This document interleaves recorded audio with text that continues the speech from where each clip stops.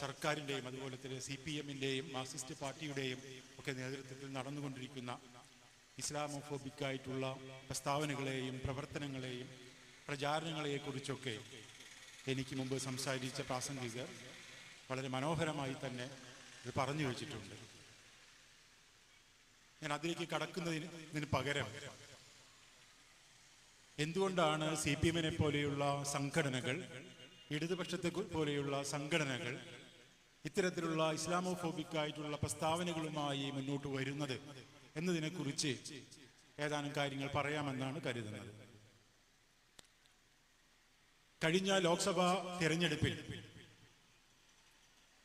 SDPI തമിഴ്നാട്ടിൽ AIDMK-യുടെ കൂടെയാണ് മത്സരിച്ചത്.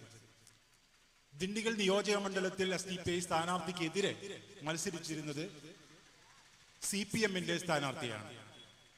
ആ CPM-ന്റെ സ്ഥാനാർത്ഥിയോട് ആ മത്സരത്തെക്കുറിച്ച് തമിഴ്നാട്ടിലെ CPM-ന്റെ സെക്രട്ടറിയോട് ഒരു ചോദ്യം ചോദിക്കുകയുണ്ടായി. നിങ്ങൾ SDPI-ക്കെതിരെ മത്സരിക്കുകയാണല്ലോ, SDPI പോലെയുള്ള ഭീകരവാദ സംഘടനകളോട് മത്സരിക്കുമ്പോൾ നിങ്ങളുടെ അഭിപ്രായം എന്താണ് എന്ന് ഒരു പത്രപ്രവർത്തകൻ ചോദിക്കുകയുണ്ടായി.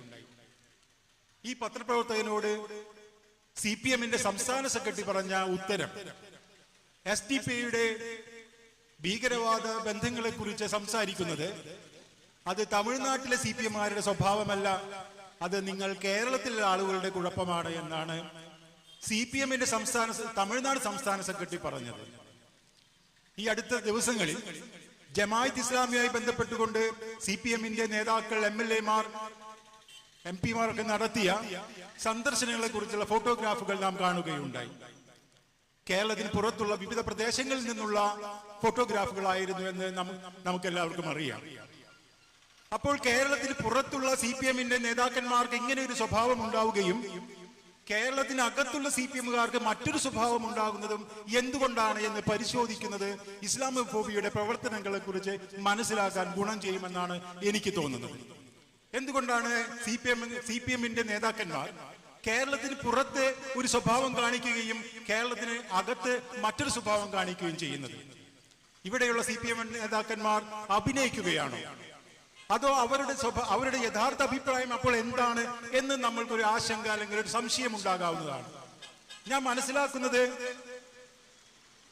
യഥാർത്ഥത്തിൽ ഇതിനുള്ള ഉത്തരം കാണുകയാണെങ്കിൽ നമുക്ക് എന്തുകൊണ്ടാണ് CPM നേതാക്കൾ ഇവിടെ ഒരു സ്വരത്തിലും മറ്റിടങ്ങളിൽ മറ്റൊരു സ്വരത്തിലും സംസാരിക്കുന്നത് മനസ്സിലാക്കാൻ കഴിയും.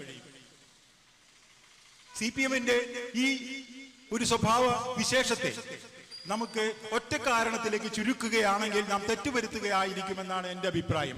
ചുരുങ്ങിയത് 3 കാരണമെങ്കിലും CPM നേതാക്കൾ അല്ലെങ്കിൽ ഇടതുപക്ഷ നേതാക്കൾ ഇതുപോലെ സംസാരിക്കുന്നതിന് ചുരുങ്ങിയത് 3 കാരണങ്ങളുണ്ടെന്നാണ് ഞാൻ കരുതുന്നത്. ഒന്നാമതായിട്ട് അത് ഭരണകൂടവുമായി ബന്ധപ്പെട്ടുകൊണ്ടാണ്. നമുക്കറിയാം, 1930-കൾ മുതൽ ഇന്ത്യയിൽ സ്വാതന്ത്ര്യത്തിന് വേണ്ടിയുള്ള പോരാട്ടങ്ങൾ നടക്കുന്നുണ്ട്, സ്വാതന്ത്ര്യ സമര പോരാട്ടങ്ങൾ നടക്കുന്നുണ്ട്. ഈ സ്വാതന്ത്ര്യ സമര പോരാട്ടങ്ങളിൽ ദേശീയതയ്ക്ക് വേണ്ടിയുള്ള വലിയ പ്രക്ഷോഭങ്ങൾ നടക്കുന്നുണ്ട്. ഈ പ്രക്ഷോഭങ്ങളിൽ പങ്കെടുത്തുകൊണ്ട് ആ കാലഘട്ടത്തിലെ ദേശീയവാദികൾ ഉയർത്തിക്കൊണ്ടുവന്ന ഒരു രാഷ്ട്രീയ പ്രത്യയശാസ്ത്രമുണ്ട്, അല്ലെങ്കിൽ ആ കാലത്ത് വിവിധ ദേശീയ നേതാക്കൾ ഉയർത്തിക്കൊണ്ടുവന്ന ദേശീയമായ നെറേറ്റീവുകളുണ്ട്, ആഖ്യാനങ്ങളുണ്ട്. ഈ ആഖ്യാനങ്ങളിൽ എല്ലായ്പ്പോഴും മതം എന്ന് പറഞ്ഞാൽ അത് ഇസ്ലാമുമായി ബന്ധപ്പെട്ടുകൊണ്ടുള്ള ഒരു അപരസ്ഥലിയായി ഇസ്ലാമിനെ കാണുന്ന ഒരു പ്രത്യയശാസ്ത്രം ദേശീയതയുടെ കാലത്ത് തന്നെ നമുക്ക് 30-കളിൽ തന്നെ നമുക്ക് കാണാൻ കഴിയും. പിൽക്കാലത്ത് സ്വാതന്ത്ര്യം നേടിയതിനു ശേഷം ഇന്ത്യൻ ദേശീയതയുടെ സ്വഭാവത്തിൽ, ദേശീയതയെ കുറിച്ച് നമുക്കറിയാം, ദേശീയത എല്ലായ്പ്പോഴും ഒരു വംശീയമായ സ്വഭാവം കാണിക്കാറുണ്ട്. വംശീയമായ സ്വഭാവം കാണിക്കുന്ന ദേശീയത എല്ലാ സ്ഥലങ്ങളിലും അതൊരു അപരനെ കണ്ടെത്താറുണ്ട്. ഇന്ത്യയെ സംബന്ധിച്ചിടത്തോളം നിർഭാഗ്യവശാൽ ആ അപരൻ ഇസ്ലാമും അതുപോലെ തന്നെ മുസ്ലിങ്ങളും കീഴാള സമുദായങ്ങളുമാണ്.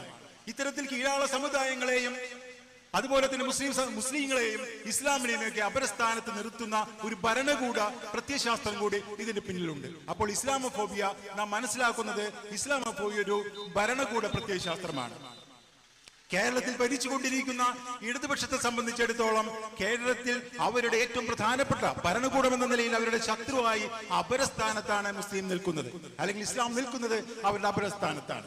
അപ്പോൾ ഇസ്ലാമിനെതിരെയുള്ള ഈ ആക്രോശങ്ങൾ, മുസ്ലിങ്ങൾക്കെതിരെ നടത്തുന്ന ഈ അക്രമങ്ങൾ, ഇത് മുഴുവൻ ഒരു ഭരണകൂട പ്രത്യയശാസ്ത്രത്തിന്റെ കൂടി ഭാഗമാണ്. അത് ഈ ഒരേ പാർട്ടി തന്നെ വിവിധ പ്രദേശങ്ങളിൽ രണ്ട് തരത്തിൽ സംസാരിക്കുന്നത് അതുകൊണ്ടാണ്. അതൊരു യാഥാർത്ഥ്യമാണ്.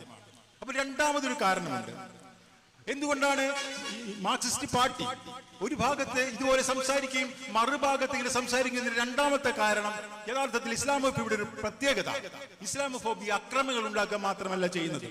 ഇസ്ലാമോഫോബിയ അത് ഒരേ സമയം വിവിധ ആളുകളെ അതിന് ഇരകളാക്കി മാറ്റുകയും ചെയ്യുന്നുണ്ട്. ഞാനത് പറയുമ്പോൾ തെറ്റിദ്ധരിക്കരുത്, ഇവിടെ ഇടതുപക്ഷം ഇസ്ലാമോഫോബിയയുടെ ഇരകൾ കൂടിയാണ്. നമുക്കറിയാം കേരളത്തെ കുറിച്ചുള്ള വളരെ വ്യാപകമായ നെറേറ്റീവുകളുണ്ട്. എന്താണ് കേരളത്തെ കുറിച്ചുള്ള നെറേറ്റീവ്?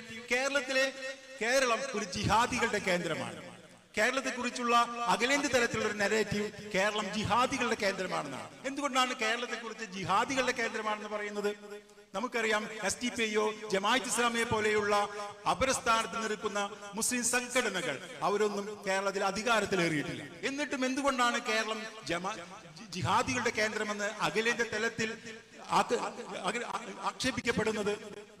പ്രധാനപ്പെട്ട കാര്യങ്ങളൊന്ന് നമുക്കറിയാം. ഇന്ത്യയിൽ മുസ്ലിങ്ങൾ ധാരാളമുള്ള പ്രദേശങ്ങളിൽ ഒന്നാണ് കേരളം. എന്നാൽ കേരളത്തെ പോലെ തന്നെ ധാരാളം മുസ്ലിങ്ങളുള്ള വിവിധ സംസ്ഥാനങ്ങൾ ഇന്ത്യയിലുണ്ട്. UP വളരെയേറെ മുസ്ലിങ്ങൾ തിങ്ങിപ്പാർക്കുന്ന പ്രദേശമാണ്. അങ്ങനെ ഓരോ പ്രദേശത്ത് നോക്കിയാലും മുസ്ലിം ജനസംഖ്യ വളരെ ചെറുതല്ല എന്ന് നമുക്ക് കാണാൻ കഴിയും. പക്ഷേ കേരളത്തിൽ നോക്കിയാൽ കേരളത്തിൽ മുസ്ലിങ്ങളും ഇന്ത്യയിലെ വിവിധ മുസ്ലിങ്ങളും തമ്മിൽ ഒരു വ്യത്യാസമുണ്ട്. വളരെ പ്രധാനപ്പെട്ട ഒരു വ്യത്യാസം, കേരളത്തിലെ മുസ്ലിങ്ങൾ അടിസ്ഥാനപരമായും രാഷ്ട്രീയ പ്രാതിനിധ്യത്തിന്റെ രാഷ്ട്രീയം കൈകാര്യം ചെയ്ത ആളുകളാണെന്നുള്ളതാണ് ഏറ്റവും പ്രധാനപ്പെട്ട വ്യത്യാസം. 1947 മുതൽ തന്നെ 1930കളിലാണ് കേരളത്തിൽ മുസ്ലിം ലീഗ് പ്രവർത്തനം ആരംഭിക്കുന്നത്. 30ക്ക് ശേഷം പിൽക്കാലത്ത് സ്വാതന്ത്ര്യ സമരം ലഭിച്ചതിന് ശേഷം രാഷ്ട്രീയമായ അസ്തിത്വം കേരളത്തിന് പുറത്ത്, ഒരുപക്ഷെ തമിഴ്നാട്ടിൽ മാത്രമായിരിക്കാം രാഷ്ട്രീയ അസ്തിത്വം ഇത്രമാത്രം ആർജിച്ച ഒരു മുസ്ലിം സമൂഹം ഉണ്ടാവുക. അത്തരത്തിലുള്ള ഒരു മുസ്ലിം സമൂഹമാണ് ഇന്ന് കേരളത്തിൽ നിലനിൽക്കുന്നത്. അവർ പലതരത്തിലുള്ള വിദ്യാഭ്യാസ പ്രവർത്തനങ്ങളിലൂടെ, മത പ്രചാരണങ്ങളിലൂടെ, മതപ്രവർത്തനങ്ങളിലൂടെ, സമുദായ പ്രവർത്തനങ്ങളിലൂടെയൊക്കെ, വിവിധ സമുദായ സംഘടനകളിലൂടെ, സമുദായ സ്വഭാവമുള്ള രാഷ്ട്രീയ പ്രസ്ഥാനങ്ങളിലൂടെ അവർ മുസ്ലിം സമൂഹം കേരളത്തിന്റെ രാഷ്ട്രീയ ഭൂമികയിൽ ഒരു പ്രധാനപ്പെട്ട സ്ഥാനം വഹിക്കുന്നു. ഇന്ന് കേരളത്തിൽ ഇപ്പോൾ UPയിലുള്ളത് പോലെ ഇവിടെ മുസ്ലിങ്ങളെ തല്ലിക്കൊല്ലാനോ മുസ്ലിങ്ങളെ ആക്രമിക്കാനോ തോന്നിയ പോലെ കൈകാര്യം ചെയ്യാനോ ഇന്ന് കേരളത്തിൽ സാധ്യമല്ല. അത് ഇടതുപക്ഷം പറയുന്നത് അത് ഇടതുപക്ഷമുള്ളത് കൊണ്ടാണ് കേരളത്തിൽ മുസ്ലിങ്ങൾ ഈ രീതിയിൽ കൈകാര്യം ചെയ്യപ്പെടാത്തതെന്നാണ്. നമുക്കറിയാം യാഥാർത്ഥ്യം എന്ന് പറയുന്ന ഇടതുപക്ഷത്തിന് തീർച്ചയായും ചില പങ്കുകളുണ്ട്. പക്ഷെ യാഥാർത്ഥ്യം ഒരു ജനത എന്ന നിലയിൽ മുസ്ലിം സമൂഹം ആർജിച്ചിട്ടുള്ള രാഷ്ട്രീയ അധികാരത്തിന്റെ ഭാഗമായിട്ടാണ്. അത് എക്സിക്യൂട്ടീവിലുണ്ട്, ഈ അധികാരം കൈയാളുന്ന ആളുകൾ എക്സിക്യൂട്ടീവിലുണ്ട്, ജുഡീഷ്യറിയിലുണ്ട്, വിവിധ ഏത് മേഖലയിൽ നോക്കിയാലും പൊതുമണ്ഡലത്തിലും മുസ്ലിം ഇപ്പോൾ നാം സംസാരിക്കുകയാണ്. നാം ഇസ്ലാമോഫോബിയയെ കുറിച്ച് ഈ മാഹിയിൽ നാം സംസാരിക്കുകയാണ്. ഈ മാഹിയിൽ നാം സംസാരിക്കുന്നത് നമ്മളുടെ ഈ സമൂഹത്തിൽ നമുക്ക് കൂടെ പങ്കുണ്ട് എന്നതിന്റെ തെളിവായിട്ടാണ് നാം സംസാരിക്കുന്നത്. അപ്പോൾ ഇത്തരത്തില് രാഷ്ട്രീയ അധികാരം മുസ്ലിം സമൂഹം കേരളത്തിൽ ആർജിച്ചിട്ടുണ്ട്. ഈ രാഷ്ട്രീയ അധികാരത്തെയാണ് നമുക്കറിയാം. അത് ഇതുകൊണ്ട് മാത്രമല്ല, ഈ ഏതെങ്കിലും തരത്തിലുള്ള ഭരണകൂടത്തിന് ലഭിച്ച സൗജന്യങ്ങളിലൂടെയല്ല, മറിച്ച് അത് നാം ആർജിച്ചിരിക്കുന്നത് ഒരുപക്ഷെ പ്രവാസ സമൂഹത്തിന്റെ സഹായത്താലാകാം, ഇവിടെ കച്ചവട സമൂഹത്തിന്റെ സഹായത്താലാവാം, രാഷ്ട്രീയ പൊതുമണ്ഡലത്തിന്റെ ആ ശക്തിയിലൂടെയും എന്തായാലും കേരളത്തിലെ മുസ്ലിം സമൂഹം വലിയ രാഷ്ട്രീയമായ ഒരു അധികാരം ആർജിച്ചിട്ടുണ്ട്. ഈ അധികാരം കൈയാളുന്ന കേരളത്തെ കുറിച്ചാണ് ഇവിടെ ദേശീയ തലത്തിലുള്ള ഹിന്ദുത്വവാദികൾ ജിഹാദികളുടെ സംസ്ഥാനമായി കേരളത്തെ ചിത്രീകരിക്കുന്നത്. പക്ഷേ നിർഭാഗ്യവശാൽ ഈ ചിത്രീകരണത്തിന്റെ മുഴുവൻ ഭാരവും ഇന്ന് പേറേണ്ടി വരുന്നത് ഇടതുപക്ഷമാണ്. കേരളം കഴിഞ്ഞ ഏകദേശം 2 ടേമുകളായിട്ട് കേരളം ഭരിച്ചുകൊണ്ടിരിക്കുന്നത് CPM ആണ്, അല്ലെങ്കിൽ ഇടതുപക്ഷമാണ്. ഈ ഇടതുപക്ഷത്തിനെ ഇന്ന് നമുക്കറിയാം ദേശീയ തലത്തിൽ കേരളം വളരെ മോശമായ തരത്തിൽ ചിത്രീകരിക്കപ്പെടുന്നു. ഇതിന്റെ ഒക്കെ കാരണം യഥാർത്ഥത്തിൽ ഇടതുപക്ഷത്തിന് ഒരു പങ്കുമില്ല, മറിച്ച് അവർ യഥാർത്ഥത്തിൽ ഇതൊക്കെ കേട്ടുകൊണ്ടിരിക്കുന്നത് ഇവിടുത്തെ മുസ്ലിം സമൂഹത്തിന്റെ പേരിലാണ്. ആ അർത്ഥത്തിൽ ഇവിടെ CPM-കാർ അല്ലെങ്കിൽ ഇടതുപക്ഷം ഒരു ഇരകൾ കൂടിയാണ്. ഇസ്ലാമോഫോബിയുടെ ഇരകൾ കൂടിയായിട്ട് CPM മാറിയിരിക്കുകയാണ്. അപ്പോൾ ഇസ്ലാമോഫോബിയുടെ ഇരകളാവുകയാണെങ്കിൽ സാധാരണ ഇടതുപക്ഷ സംഘടനകൾ എന്താണ് ചെയ്യുന്നത്? സാധാരണ ഇടതുപക്ഷ സംഘടനകൾ ചെയ്യുക, അതിനെ പ്രതിരോധിക്കുകയാണ് ചെയ്യുക. ഏതെങ്കിലും തരത്തിലുള്ള വംശീയ ആക്രമണം ഉണ്ടാകുമ്പോൾ ഈ വംശീയ ആക്രമണങ്ങളെ പ്രതിരോധിക്കുകയാണ് ഇടതുപക്ഷത്തിന്റെ ആഗോളതലത്തിലുള്ള സ്വഭാവം. പക്ഷേ നിർഭാഗ്യവശാൽ കേരളത്തിൽ ഈ പ്രതിരോധത്തിന് പകരം അവർ ചെയ്തുകൊണ്ടിരിക്കുന്നത് എങ്ങനെയാണോ, എന്തിന്റെ പേരിലാണോ തങ്ങൾ ആക്രമിക്കപ്പെടുന്നത്, അവരോടൊപ്പം നിൽക്കുന്ന അവരുടെ വംശീയത അതേ വട്ടിൽ പുനരാവിഷ്കരിക്കുക, അതിനെ കൂടുതൽ പുനരുൽപാദിപ്പിക്കുക എന്ന ഒരു സമീപനമാണ് അവർ കൈകൊണ്ടിരിക്കുന്നത്. കഴിഞ്ഞ ഇലക്ഷനിൽ നാം കാണുകയുണ്ടായി. കഴിഞ്ഞ ഇലക്ഷനിൽ വെള്ളാപ്പള്ളി നടേശനെ പോലെയുള്ള ആളുകൾ ഇതിനെ, മുസ്ലിം സമൂഹം നേടിയെടുത്തിട്ടുള്ള ഈ അധികാരത്തെ വെള്ളാപ്പള്ളി നടേശനെ പോലെയുള്ള അവർണപക്ഷ നിന്ന് വരുന്ന ആളുകൾ പോലും അതിനെ ചിത്രീകരിക്കുന്നത് മുസ്ലിങ്ങൾ നേടിയെടുത്ത ഒരു അധിക ആനുകൂല്യമായിട്ടാണ്. അപ്പോൾ ഒരു ഭാഗത്ത് മുസ്ലിങ്ങൾ അധികാരത്തിന്റെ ഒരു പങ്ക് വളരെ കൃത്യതയോടെ ചോദിച്ചു വാങ്ങുമ്പോൾ അതിനെ ഹിന്ദു സമൂഹം മനസ്സിലാക്കുന്നത് വളരെ മുസ്ലിങ്ങൾ ഒരു ആനുകൂല്യം പറ്റിയതായിട്ടാണ്. അപ്പോൾ ആനുകൂല്യം പറ്റുന്ന ഒരു മുസ്ലിം സമൂഹത്തെ കുറിച്ചൊരു ഭാവനയാണ് അഖിലേന്ത്യാ തലത്തിലും രൂപപ്പെട്ടുകൊണ്ടിരിക്കുന്നത്. ഈ അഖിലേന്ത്യാ തലത്തിലുള്ള ഈ ഭാവനയുടെ ഭാഗമാവുകയാണ് കേരളത്തിലെ ഇടതുപക്ഷവും കേരളത്തിലെ വിവിധ രാഷ്ട്രീയ പാർട്ടികളും നേതാക്കന്മാരും ചെയ്തുകൊണ്ടിരിക്കുന്നത്. അപ്പോൾ ഒരു ഭാഗത്ത് ഭരണകൂടത്തിന്റെ ഇസ്ലാമോഫോബിക് യുക്തിയുണ്ട്, ഭരണകൂട യുക്തിയുണ്ട് മുസ്ലിങ്ങൾക്കെതിരെ നിലനിൽക്കുന്ന. മറുഭാഗത്ത് കേരളത്തിനെതിരെ നടക്കുന്ന ജിഹാദി വിളികളെ നേരിടുന്നതിന് വേണ്ടി ഇതേ ഇരകളായിട്ടുള്ള മുസ്ലിങ്ങൾക്കെതിരെ തങ്ങളുടെ രോഷം പ്രകടിപ്പിക്കുകയാണ് ഇടതുപക്ഷ വിഭാഗങ്ങൾ ചെയ്തുകൊണ്ടിരിക്കുന്നത്. അത് ഇടതുപക്ഷത്തിന്റെ നീതിബോധത്തിന് ഒട്ടും ചേർന്നതല്ല എന്ന് മാത്രമാണ് നമുക്ക് ഇക്കാര്യത്തിൽ പറയാനുള്ളത്. അപ്പോൾ ഇവിടെ കേരളത്തിലെ ആഭ്യന്തരമായിട്ടുള്ള ഇസ്ലാമോഫോബി വിഭാഗങ്ങളും ആഭ്യന്തര ശക്തികളും ഇസ്ലാമോഫോബിയുടെ ആഭ്യന്തര ശക്തികളും അഖിലേന്ത്യാ തലത്തിലുള്ള ഇസ്ലാമോഫോബി വിഭാഗങ്ങളും കൈകോർത്ത് പിടിക്കുകയും അതോടൊപ്പം മുസ്ലിങ്ങൾക്കെതിരെ ഒരു ഐക്യമുന്നണിയായി ഇടതുപക്ഷം പെരുമാറുകയും പങ്കുചേരുകയും ചെയ്യുമ്പോഴാണ് ഇന്ന് എന്നുമില്ലാത്തതുപോലെയുള്ള ഇസ്ലാമോഫോബിക് അന്തരീക്ഷം ഇടതുപക്ഷം ഉണ്ടാക്കുന്നത് എന്നാണ് എനിക്ക് തോന്നുന്നതാണ് രണ്ടാമത്തെ കാരണം. മൂന്നാമത്തെ കാരണം മുസ്ലിങ്ങളുമായി ബന്ധപ്പെട്ടുകൊണ്ടുള്ള ഇടതുപക്ഷത്തിന്റെ കാഴ്ചപ്പാടാണ്. നമ്മള് സ്വാതന്ത്ര്യ ദിനത്തെക്കുറിച്ച്, സ്വാതന്ത്ര്യ പൂർവ്വകാലത്തെക്കുറിച്ച് ഞാൻ പറഞ്ഞു. സ്വാതന്ത്ര്യ പൂർവ്വകാലത്തെക്കുറിച്ച് നാം പരിശോധിക്കുകയാണെങ്കിൽ നമുക്ക് ഒരു കാര്യം കാണാൻ കഴിയും. ആ കാലഘട്ടത്തില് അവർ ഹിന്ദുക്കളെയൊക്കെ മനസ്സിലാക്കിയിരുന്നത് ഒരു സംസ്കാരമായിട്ടാണ്. അപ്പൊ നമുക്കറിയാം, എല്ലാവരും പല ചർച്ചകളിൽ നാം കേൾക്കും, ഹിന്ദുക്കൾ ഒരു മതമാണോ എന്ന് ചോദിച്ചാൽ ഹിന്ദുക്കളായിട്ടുള്ള ആളുകൾ ചിന്തകർ പറയും, അതൊരു മതമല്ല, അതൊരു സംസ്കാരമാണ്. അപ്പൊ എന്തെങ്കിലും കാരണവശാൽ ഹിന്ദുക്കൾക്കെതിരെ ഒരു നടപടി എടുക്കേണ്ടി വരുമ്പോൾ ഉടനടി സവർണ ബുദ്ധിജീവികൾ പറയും അത് ഹിന്ദു മതമല്ല, അതൊരു സംസ്കാരമാണല്ലോ. ഉടനടി ഒരു ആക്ഷേപത്തിൽ നിന്ന് വളരെ പെട്ടെന്ന് അവരെ രക്ഷപ്പെടും. രണ്ടാമത് എവിടെയെങ്കിലും ഒരു ആക്രമണം നേരിടുമ്പോൾ അവരോട് പറയും ഇതാ ഹിന്ദുമതം അപകടത്തിലായിരിക്കുന്നു. അപ്പോൾ സംസ്കാരം എന്നുള്ള ആ സൂചനകൾ ഇല്ലാതാവും. അപ്പോൾ ഹിന്ദുമതം ഒരു ഭാഗത്ത് സംസ്കാരമായി അഭിനയിക്കും, മറുഭാഗത്ത് അത് മതമായി അഭിനയിക്കും. അങ്ങനെ സംസ്കാരമായും മതമായും അഭിനയിക്കാനുള്ള ആ ഒരു കെൽപ്പ്, ആ ഒരു അയവ് അല്ലെങ്കിൽ ആ ഒരു കാഴ്ചപ്പാട് അവർക്ക് ഒരുപാട് സൗകര്യങ്ങൾ ഉണ്ടാക്കുന്നുണ്ട്. കാരണം ആക്ഷേപങ്ങൾ നേരിടേണ്ടി വരുമ്പോൾ അതിനെ വളരെ ലിബറലായ ഒരു മതമായിട്ട് അതിനെ അഭിനയിക്കാൻ കഴിയും. നമുക്കറിയാം, സാധാരണഗതിയിൽ ഫേസ്ബുക്കിലൊക്കെ ഷെയർ ചെയ്ത് വരുന്ന ഒരു കാര്യമുണ്ട്, ഞാൻ ഒരു ഹിന്ദുവാണ്. ഹിന്ദുവായുള്ള ഗുണം എന്താ? അത് നമ്മളുടെ പഴയ നക്സലൈറ്റ് ആയിട്ടുള്ള ജോയ് മാത്യുവിന്റെ ഒരു കോട്ടാണെന്നാണ് ഞാൻ വിചാരിക്കുന്നത്. അദ്ദേഹം പറയുന്നു ഹിന്ദുവാണെങ്കിൽ നമുക്ക്, അതാണ് എന്റെ വിചാരം, അദ്ദേഹത്തിന്റെ കോട്ടാണെന്നാണ് ഞാൻ മനസ്സിലാക്കുന്നത്. നിങ്ങൾ ഹിന്ദുവാണെങ്കിൽ നേരെ നമുക്ക് അമ്പലത്തിൽ പോകേണ്ട, ഹിന്ദുവാണെങ്കിൽ കല്യാണം കഴിക്കുമ്പോൾ ചോദിക്കേണ്ട എന്നൊക്കെ പറഞ്ഞുകൊണ്ടുള്ള ഒരു കോട്ടാണ്. നമുക്കറിയാമല്ലോ, ഹിന്ദുവാണെങ്കിൽ മതം ഒരു ജാതി വിട്ട് വേറെ ജാതി നിന്ന് കല്യാണം കഴിക്കാത്ത പറ്റാത്തൊരു സമൂഹമാണ് ഹിന്ദു സമൂഹം എന്ന് നാം ഇന്ന് മനസ്സിലാക്കുന്ന ഹിന്ദു സമൂഹം. അപ്പോൾ ഇവർ പറയുന്ന ഒരു ലിബറൽ ഹിന്ദു സമൂഹത്തിന്റെ ഭാവനയിലൂടെ മതം എന്ന് പറഞ്ഞാൽ, ഹിന്ദുമതം എന്ന് പറഞ്ഞാൽ വളരെ ലിബറലായ ഒരു സമൂഹമാണെന്നും ഈ ലിബറലായ ഒരു മതസമൂഹമായതുകൊണ്ട് ഇതൊരു സംസ്കാരമാണെന്നൊക്കെ അങ്ങോട്ടും ഇങ്ങോട്ടും മാറി മാറി കളിക്കാവുന്ന ഒരു അയവേറിയ സംവിധാനമായിട്ടാണ് ഹിന്ദു സമൂഹത്തെ സ്വാതന്ത്ര്യപൂർവ്വ കാലത്ത് മുതൽ നാം കണ്ടുവരുന്നത്. എന്നാൽ മറുഭാഗത്ത് മതം എന്ന കാറ്റഗറിയിലെ ഏറ്റവും പ്രധാനപ്പെട്ട സ്വരൂപമായി ഇന്ത്യൻ മനസ്സ് കാണുന്നത് മുസ്ലിങ്ങളെയാണ്. എന്തെങ്കിലും കുഴപ്പം മതത്തിനുണ്ടെങ്കിൽ അത് മുസ്ലിങ്ങളുടെ കുഴപ്പമായിട്ട്, എന്തെങ്കിലും കുഴപ്പം മതം ഉണ്ടാക്കുകയാണെങ്കിൽ അത് ഇസ്ലാമിന്റെ കുഴപ്പമായിട്ട്, അങ്ങനെ മതം എന്ന് പറയുന്ന ഒരു ധാരണയെ കുറിച്ച്, മതം എന്ന് പറയുന്നത് ഒരു പൂർവ്വകാലത്ത് ഉണ്ടാവുകയും പിൽക്കാലത്ത് നശിച്ചു പോവുകയും ചെയ്യേണ്ടതായിട്ടുള്ള ഒരു പ്രതിഭാസമായിട്ടാണ് പൊതുവെ മാർക്സിസ്റ്റ് ബുദ്ധിജീവികൾ ഇതിനെ കണ്ടുവരുന്നത്. ഞങ്ങൾ ഈ അടുത്ത കാലത്ത് മാർക്സിന്റെ തന്നെ 1843 ജൂതപ്രശ്നം എന്ന കൃതി വീണ്ടും പാരായണം ചെയ്യാൻ ഒരു ഇടവരുകയുണ്ടായി. ആ സമയത്ത് ഞങ്ങൾക്ക് മനസ്സിലായ ഒരു കാര്യം, ഈ ഇന്ന് നാം കരുതുന്ന മതത്തെക്കുറിച്ചുള്ള ഈ കാഴ്ചപ്പാടുകൾ യഥാർത്ഥത്തിൽ മാർക്സിന്റെ കാഴ്ചപ്പാടിൽ നിന്നും തികച്ചും വ്യത്യസ്തമാണെന്നും മാർക്സിന്റെ കാഴ്ചപ്പാടുകൾ ഇതിനേക്കാൾ വളരെ ഭേദപ്പെട്ട, ഉദാഹരണത്തിന് ഈ 1843 മാർക്സ് എഴുതുന്ന കൃതിയിൽ മാർക്സ് പറയുകയാണ്, ക്രൈസ്തവർ ജൂതന്മാരെ ആക്രമിക്കുന്ന സമയത്ത് ജൂതന്മാരായി നിന്നുകൊണ്ട് തന്നെ, ജൂതമതത്തിൽ നിന്നുകൊണ്ട് ജൂതന്മാരായി പ്രവർത്തിക്കാനും ജൂതന്മാരായി ഒരു സംഘടന കെട്ടിപ്പടുക്കുകയും ജൂതന്മാരായി പ്രവർത്തനങ്ങളിൽ ഏർപ്പെടാനുള്ള അവകാശമുണ്ടോ? ഇന്ന് നാം ആ ചോദ്യം ഇങ്ങനെ നമുക്ക് ചോദിക്കാം. മുസ്ലിങ്ങൾ ആക്രമിക്കപ്പെടുമ്പോൾ, ഹിന്ദുത്വ ശക്തികൾ മുസ്ലിങ്ങളെ ആക്രമിക്കുമ്പോൾ മുസ്ലിങ്ങൾക്ക് സ്വയം സംഘടിക്കാനും അതിന്റെ പേരിൽ പോരാട്ടം ഉണ്ടാക്കാനും മുസ്ലിങ്ങൾക്ക് അവകാശമുണ്ടോ എന്ന ചോദ്യം മാർക്സ് 1843 ചോദിക്കുന്നുണ്ട്. പക്ഷെ അന്ന് മുസ്ലിങ്ങളോടല്ല ചോദ്യം ചോദിക്കുന്നത്, മാർക്സ് ചോദിക്കുന്നത് ജൂതന്മാരോടാണ്, അല്ലെങ്കിൽ ജൂതരെ കുറിച്ചാണ് മാർക്സ് പറയുന്നത്. അപ്പോൾ മാർക്സിന്റെ ഉത്തരം ഇതാണ്,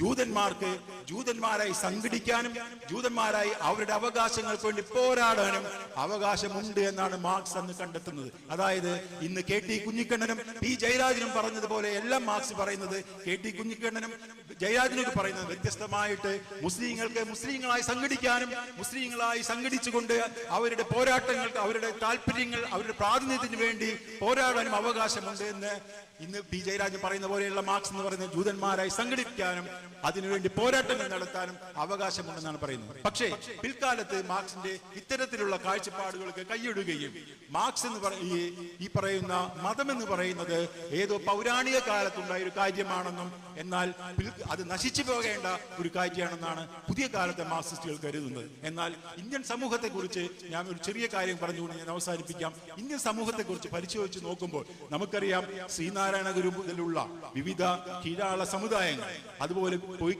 അപ്പച്ചനെ പോലെയുള്ള വിവിധ സമുദായങ്ങളുടെ നേതാക്കന്മാർ, ഇവരൊക്കെ ദൈവശാസ്ത്രപരമായ സാധ്യതകൾ ഉപയോഗപ്പെടുത്തിയ ആളുകളാണ്. ശ്രീനാരായണ ഗുരു പുതിയ കാലത്തെ മതേതരവാദികളായിട്ടുള്ള ചിന്തകന്മാർ പറയുന്നത് വ്യത്യസ്തമായിട്ട് അദ്ദേഹം തൻ്റെതായ ദൈവശാസ്ത്ര ചിന്ത മുന്നോട്ട് വെച്ചിട്ടുള്ള ആളാണ്. അദ്ദേഹം മതം മുന്നോട്ട് വെച്ചു എന്നല്ല ഞാൻ പറയുന്നത്, അദ്ദേഹം ദൈവശാസ്ത്ര ചിന്ത മുന്നോട്ട് വെച്ചിട്ടുള്ള ആളാണ്. അതായത് നമ്മളിപ്പോഴുള്ള അതീശത്വ അനുഭവിക്കുന്ന സമൂഹങ്ങളിൽ കീഴാള സമുദായത്തിന്റെ ഒരു അത്താണിയാണ് അവരുടെ ദൈവശാസ്ത്ര ചിന്ത എന്ന് പറയുന്നത്. അപ്പൊ ദൈവശാസ്ത്ര ചിന്ത അവരുടെ ശക്തിയുടെ ഭാഗമാണ്, അവരുടെ സംഘാടനത്തിന്റെ സ്വഭാവ വിശേഷങ്ങളിൽ ഒന്നാണ്.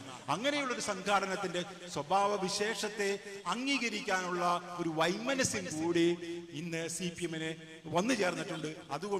അതുകൊണ്ടാണ് ഈ ബുദ്ധിജീവികൾ മുഴുവൻ CPM ബുദ്ധിജീവികൾ മുസ്ലിങ്ങളായിട്ടുള്ള ആളുകൾ ഒന്നു ചേരുകയും മുസ്ലിങ്ങളായിട്ടുള്ള സമുദായ സംഘടനകൾ ഒന്നു ചേരുകയും ഒരു പ്രതിസന്ധി ഘട്ടത്തിൽ ഒരുമിച്ച് നിന്നുകൊണ്ട് ഹിന്ദുത്വ ഫാസിസത്തിനെതിരെ ആക്രമണം നടത്തുമ്പോൾ അത് അപകടമാണ് എന്നുള്ള രാഷ്ട്രീയം മുന്നോട്ട് വെക്കുന്നതിന്റെ ഒരു പ്രത്യയശാസ്ത്രം അതാണ്. അതായത് യഥാർത്ഥത്തിൽ അവർ ചെയ്തുകൊണ്ടിരിക്കുന്നത് ഒരു ഭാഗത്ത് അപ്പോ ഞാൻ കണ്ടു, ഒരു ഭാഗത്ത് അവർ ഇസ്ലാമോഫോബിയ പ്രകടിപ്പിക്കുന്നു, മറുഭാഗത്ത് ഇസ്ലാമോഫോബിയയുടെ ഇരകളായയുടെ ഭാഗമായി കൂടുതൽ ഇസ്ലാമോഫോബിക്കായി മാറുകയും ചെയ്യുന്നു. ഇത് ഇന്ത്യയെ സംബന്ധിച്ചിടത്തോളം ഇന്ത്യയിലെ യഥാർത്ഥത്തിൽ മാർക്സിന്റെ എഴുത്തുകളെ കുറിച്ച് പോലും നേരത്തെ പറഞ്ഞിരുന്നു, മാർക്സിന്റെ എഴുത്തുകളെ പോലും മറികടന്നുകൊണ്ട് ഹിന്ദുത്വ പ്രത്യയശാസ്ത്രവുമായി എങ്ങനെയാണ് ഇന്ത്യയിലെ മാർക്സിസ്റ്റുകൾ, സവർണ മാർക്സിസ്റ്റുകൾ പെരുമാറിയതെന്നും അതിനെക്കുറിച്ച് എങ്ങനെയാണ് അംബേദ്കർ ബ്രാഹ്മിൺ ബോയ്സ് എന്ന് എങ്ങനെയാണ് മുസ്ലിങ്ങൾ ആ സമയം അംബേദ്കർ മാർക്സിസ്റ്റ് നേതാക്കന്മാരെ കുറിച്ച്, കമ്മ്യൂണിസ്റ്റ് നേതാക്കന്മാരെ കുറിച്ച് പറഞ്ഞു എന്ന് നേരത്തെ പ്രാസംഗികൻ പറയുകയുണ്ടായി, ഉദ്ഘാടകൻ പറയുകയുണ്ടായി. ആ രീതിയിലുള്ള ഒരു സംവിധാനമാണ് ഇന്ന് ഇന്ത്യയിൽ നടന്നുകൊണ്ടിരിക്കുന്നത്. നമ്മളെ സംബന്ധിച്ചിടത്തോളം, ഇന്ത്യൻ ജനതയെ സംബന്ധിച്ചിടത്തോളം മാർക്സിസ്റ്റ് നേതാക്കന്മാർ ചുരുങ്ങിയ പക്ഷം കേരളത്തിന് പുറത്തു നിന്നുള്ള മാർക്സിസ്റ്റുകളിൽ നിന്നെങ്കിലും പഠിക്കണമെന്നും ആഗോള മാർക്സിസ്റ്റുകളിൽ നിന്നെങ്കിലും മിനിമം പഠിക്കണമെന്നും മാത്രം പറഞ്ഞുകൊണ്ട് ഇത്തരം സാഹചര്യങ്ങളിലെ ഇടതുപക്ഷം ചെയ്യേണ്ടത് നീതിമാന്മാരായി മാറുകയാണ്. ഇന്ത്യയിലെ മുസ്ലിം സമൂഹത്തോടൊപ്പം, കേരളത്തിലെ മുസ്ലിം സമൂഹത്തോടൊപ്പം ഒന്നും നിന്നുകൊണ്ട് പ്രവർത്തിക്കുകയാണ് വേണ്ടതെന്ന് മാത്രം പറഞ്ഞുകൊണ്ട് ഞാൻ അവസാനിപ്പിക്കുന്നു. നിങ്ങൾക്ക് എല്ലാവർക്കും അഭിവാദ്യം.